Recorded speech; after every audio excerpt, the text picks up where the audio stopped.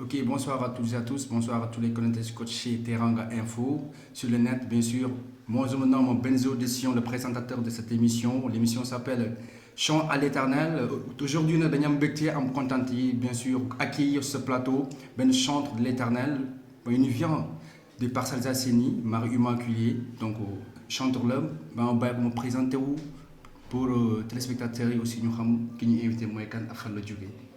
Ok, bonjour, salut à tout le monde. Du nuyu ñuy seetaan ñuy déglu ñëpp. Je m'appelle Patron Kaborit Mendy.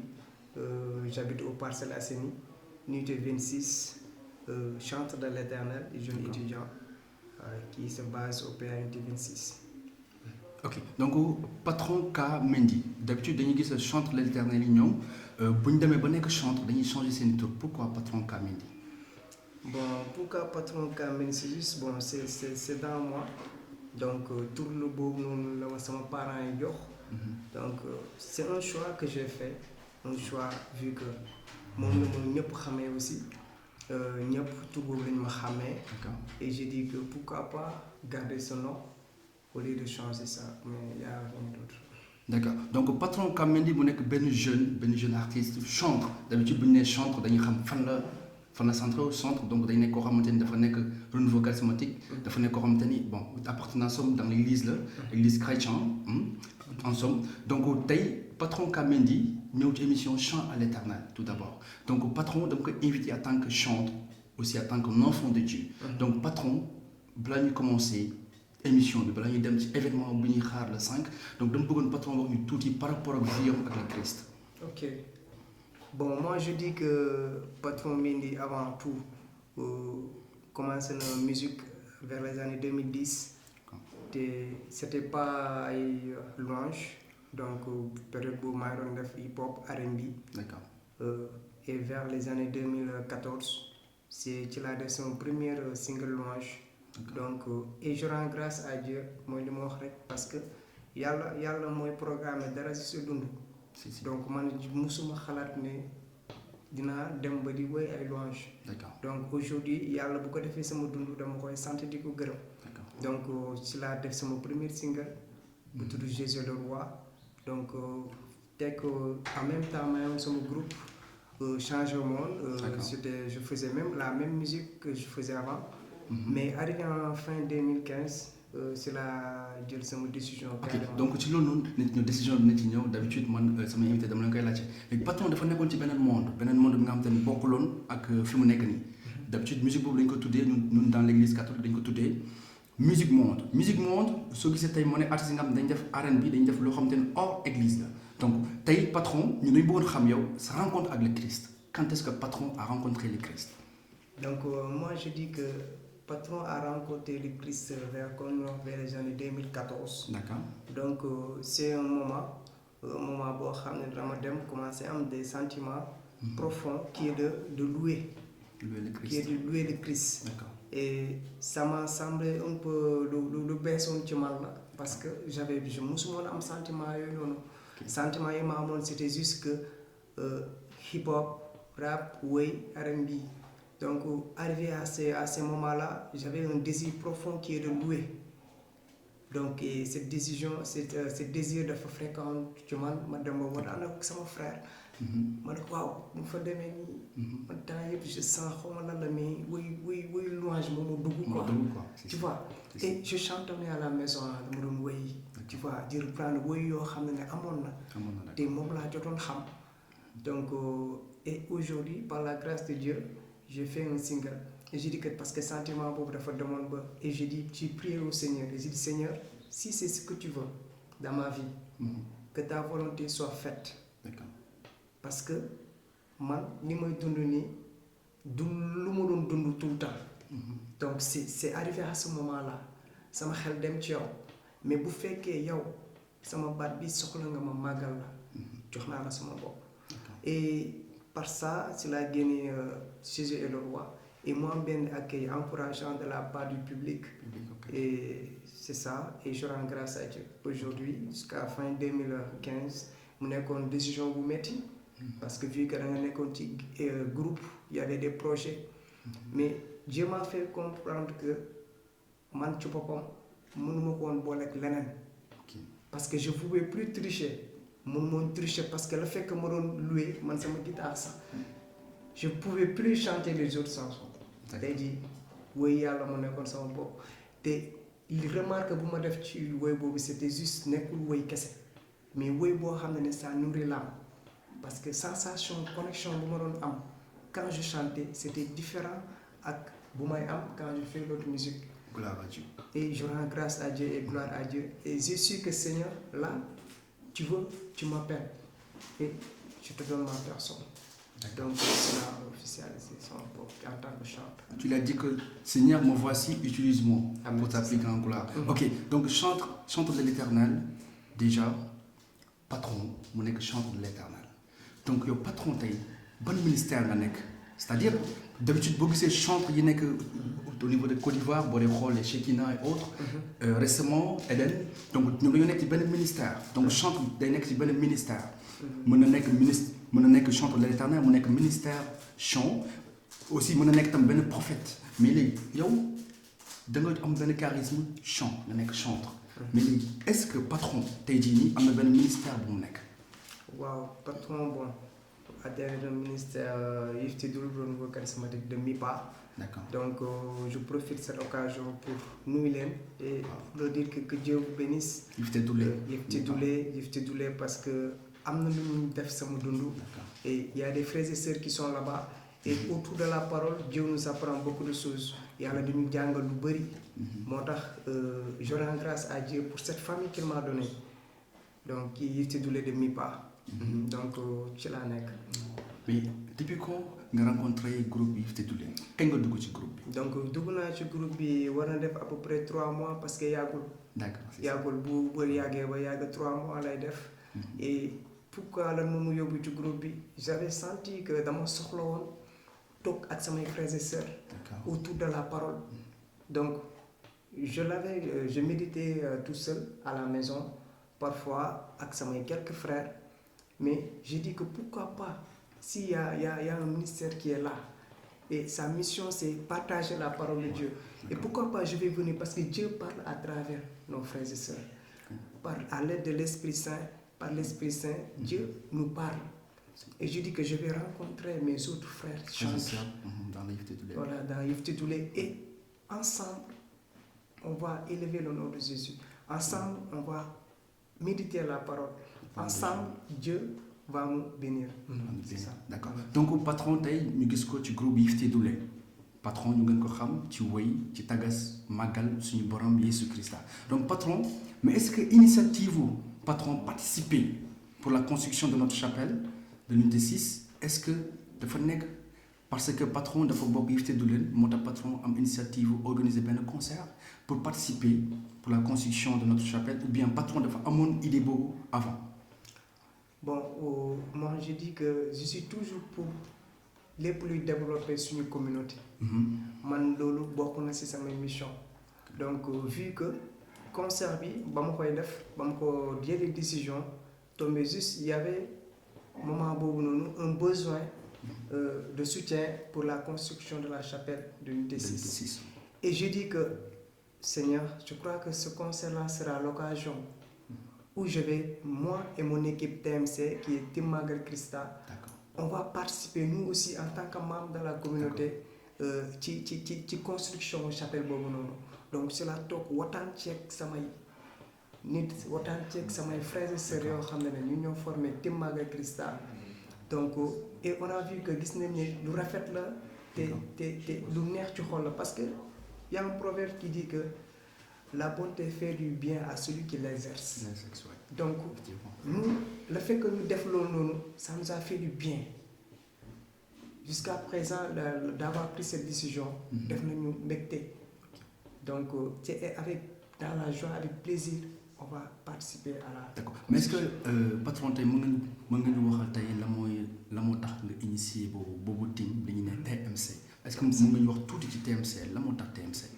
Wa TMC muy Team Magal Christa donc boo xam ne dafa regrouper ay frères ak ay sœurs yoo xam ne yàlla première yàlla moo leen ñor donc yàlla moo leen ñor c'est pas patron moo yëngu moo tax ñu rejoindre système bi mais parce que patron kan lay màggal yàlla donc ñoom yàlla moo leen njëkk a ñor tu vois après ñu gis benn frère boo xam ne dafay yëngu ci lépp luy màggal yàlla ñu ñëw apporter seen soutien apporter seen présence physique moo xam lépp tu vois et team boobu noonu c'est juste aussi que on va se regrouper entre frères et sœurs pour apprendre aussi la parole c'est-à-dire entre nous on va essayer de s'entraider mais dans le nom de Jésus s'entraider dans le nom de Jésus képp koo xam ne tey jii yaa ngi dund loo xam ne soit difficulté wala leneen cette famille va te porter en prière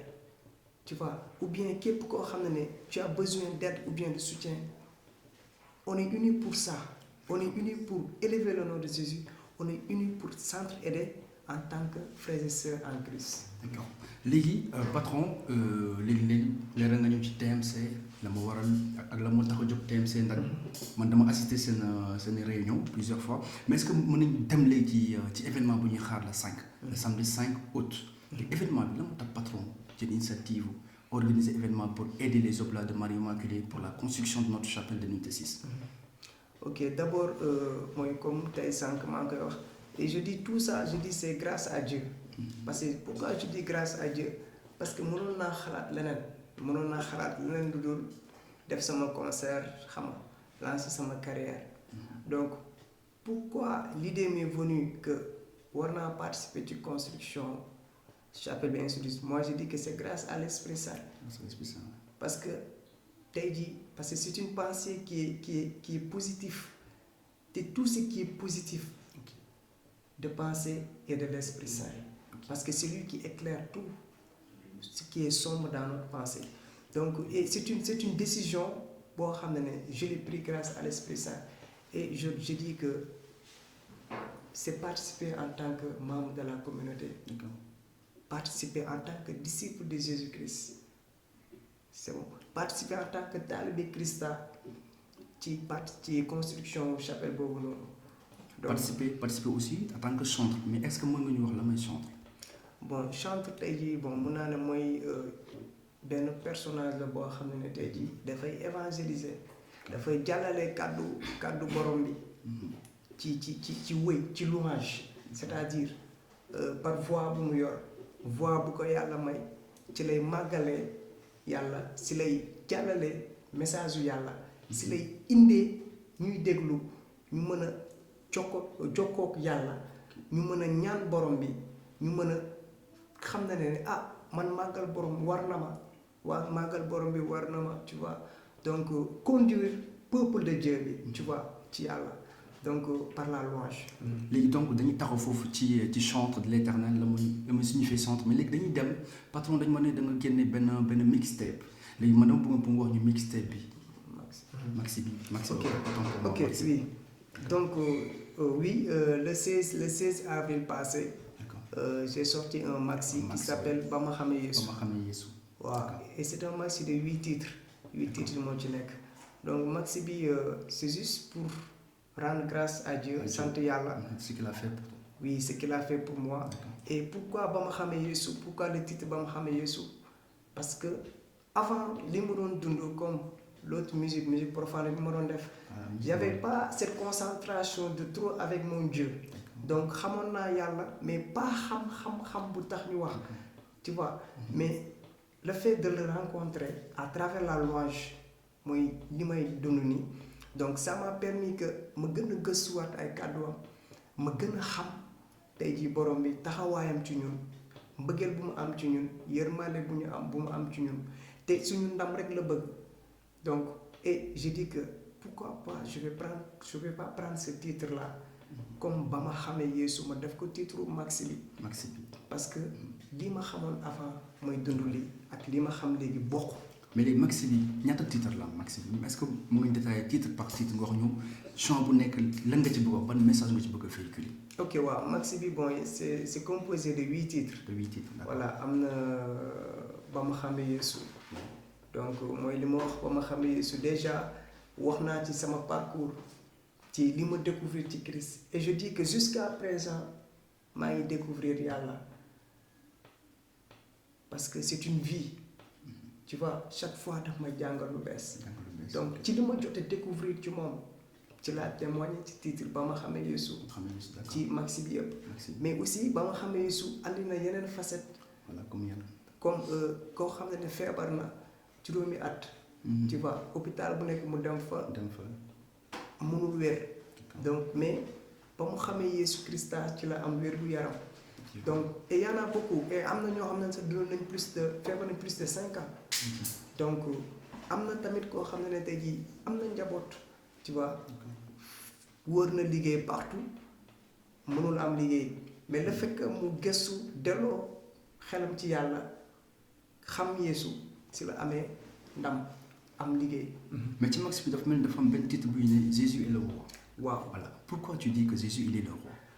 waaw parce que Jésus est le roi loolu dafa leer parce que même sur la croix Jésus est le roi.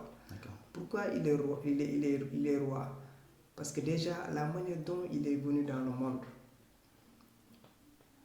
jusqu'à présent bu fekkee yow gis nga ku juddee noonu. tu me dis. loolu jox na ko benn statut boo xam ne tey jii c'est extraordinaire et aussi il est roi pourquoi en tant que roi ñëwul sol wut ay armée wut ay soldats tu vois il s'est abaissé pourquoi il s'est abaissé parce que il a dit que je suis pas venu pour être servi mais pour servir man roi bi du ma jël référence comme si que ku toog ci trône mais roi bi ci la manière dont il a embrassé l'humanité. D'accord léegi yow da nga ne commencement bi da nga tuddee maxi bi ba ma xamee Yeesu mais bi nga demee ba xam ko nga ne Jésus il est le roi. D'accord léegi dañuy delluwaat ci point bu ñu taxawal sànq moo nekk événement bu ñuy xaar le 5. donc événement bi nga xam ne ñëpp a ngi koy xaar Parcelles ñëpp a ngi koy waxtaanee donc événement bi may fàttaliku téléspectateurs yi ni que événement bi nekkul pour gagner xaalis pour patron événement bi dañ ko def pour suñu chapelle unité 6 donc événement bi dañ ci woo ñëpp pour ñu participer donc 1000 francs la les préventes jour yi à 1500 c'est pas beaucoup donc ne ku nekk participer ak fële mënti nekk Sénégal fële mënti nekk à travers le monde mën ngeen participer nam benn numéro bi affiché sur écran bi pour ngeen mën ci woote ngeen mën a participer 1000 francs 1500 et plus léegi dañuy dellusiwaat ci événement bi nga wax ñu tuuti. événement bi les préparatifs foo ci toll ak aussi les invités est-ce que am na ay chantres ay groupes de prière ay choristes ay chorales yoo xam ne invité nga leen pour ñu mën a participer. oui bien sûr am nañ ay invités ku ci mel ni Fulgence Gakou ku ci mel ni Fabrice Bertrand Biagui ku ci mel ni chorale Fekli Grand Yoff chorale Saint-Pierre unité 6 secteur S. Chorale Marie Auxiliatrice Don Bosco chorale Saint-Augustin des Niayes Guédiawaye il y a Kër Amen groupe Yiftedoul ministère chant Yiftedoul ma famille donc waaw ñoom ñu ngi ci biir et plein d'autres artistes yoo xam ne man bu ma limee sax mën naa jum donc ils se lèvent ce jour-là pour élever le nom de Jésus. mais léegi ñun jour yi comme événement la moo ñuy xaar. donc jour yi comme événement lu dul lenn mën nañu xaar lu la présence de Dieu c'est ce que je prie tout le temps que jour boobu noonu Seigneur que tu nous emportes dans ta présence loolu noonu laay ñaan borom bi que képp ku ñëw le 5 tu sens la présence de Dieu tu sens la transformation les bienfaits yàlla laal sa xol soppi la beesal la tu vois donc képp koo xam ne tey jii tu te lèves pour le 5 c'est ce que je prie le bon Dieu que nga fekk fa loolu et en même temps on a pris un thème pour le concert le thème on l'a pris dans Ecclésiaste chapitre 11 verset 9 qui est toi jeune fais tout pour être heureux évite tout ce qui te cause de tristesse mais sache que Dieu jugera chacune de tes actions donc étant jeune on a vu que lu ñuy dund bëri na te loo xam ne ça confesse pas le nom de Jésus donc thème boobu noonu le jugement va nous appeler à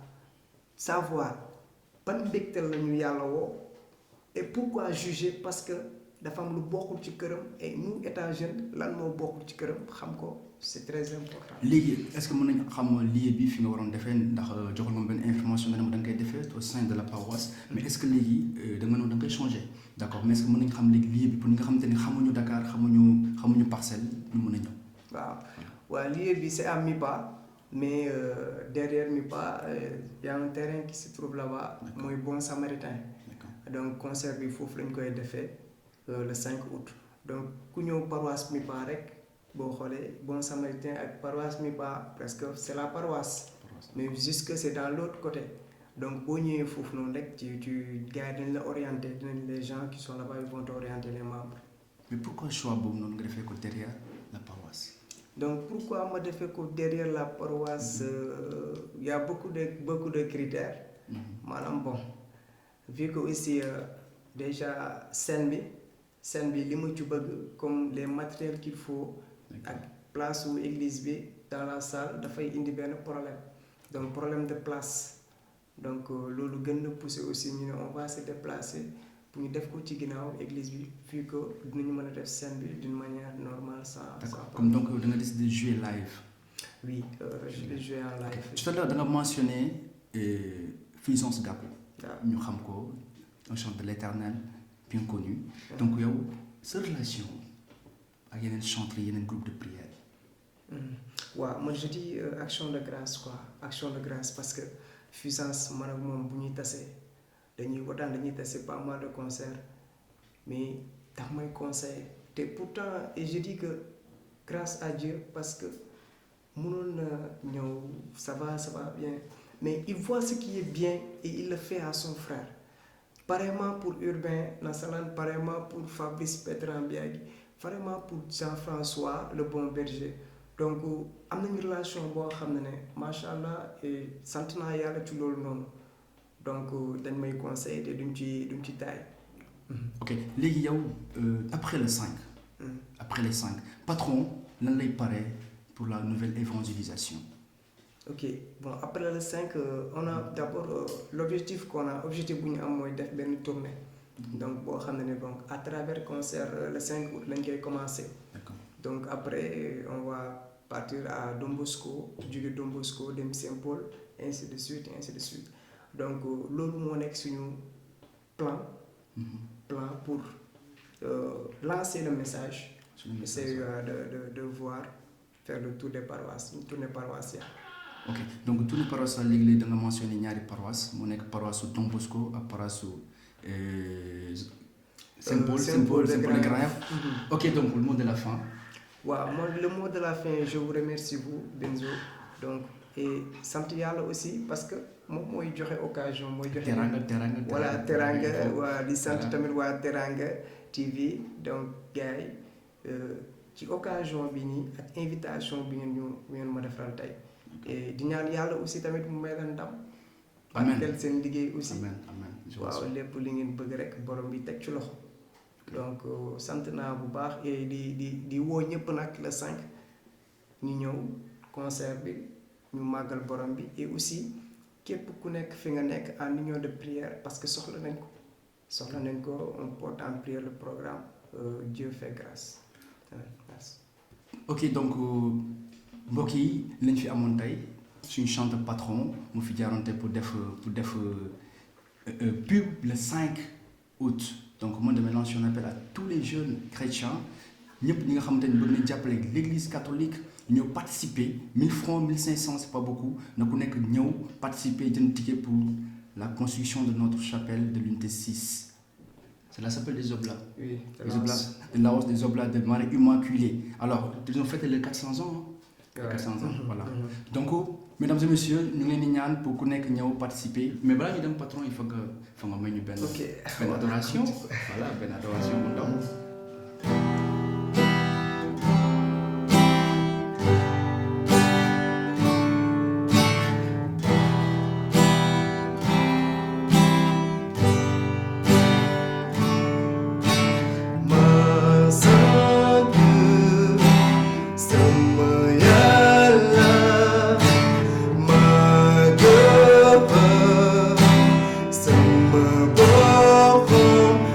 Santi, oh girl, Santi.